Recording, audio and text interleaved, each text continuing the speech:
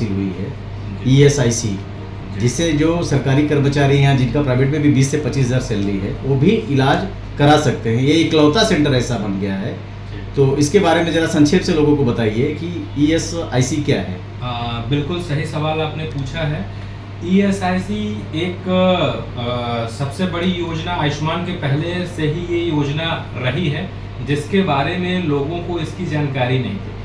ESIC की सबसे पहले बात करें कि पात्रता उनकी है जो कहीं ना कहीं कुछ ना कुछ काम करते हैं, चाहे वो प्राइवेट में करते हों, चाहे वो गवर्नमेंट में करते हों, हॉस्पिटल में हो, स्कूल में हो, रेस्टोरेंट में हो, या जो अपने आउटलेट्स स्टोर खुले हैं जैसे रिलायंस हो गया, स्केचर्स हो गया। तो यहाँ पे जो भी कर्मचारी हैं और उनका वेतनमान 21,000 रुपये से कम है, वो सारे लोग ESIC की पात्रता रखते हैं।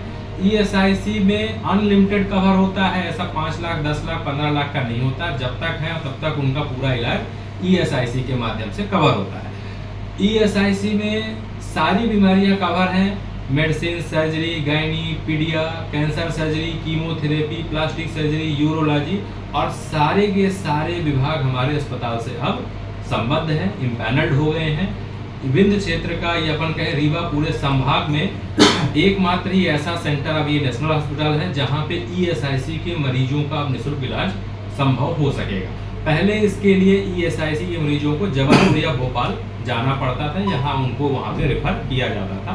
अब हम उनको यहाँ पे इलाज दे सकते हैं। तो आपके माध्यम से यही अपील है कि जिनकी भी सैलरी 21,000 से कम है, अपने अकाउंट विभाग में जाकर के ESIC का इम्पैनलमेंट कराएं और आगे या उससे जो भी बीमारी होती है उसका यहाँ पे आकर के लाभ ले सकते हैं।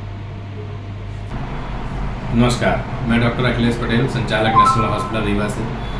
आज आप लोगों के माध्यम से कैंसर के लक्षण को कैसे पहचाने, इस विषय में एक छोटी सी जानकारी देना चाहूँगा। बात करें कि विंध्य क्षेत्र में पुरुषों में सबसे ज़्यादा कैंसर मुख का कैंसर होता है।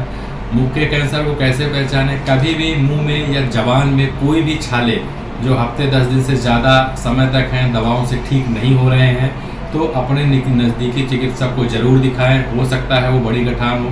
लक्षण जो है शुरुआत में ही पहचान में आ जाते हैं तो उसका संपूर्ण इलाज हो सकता है।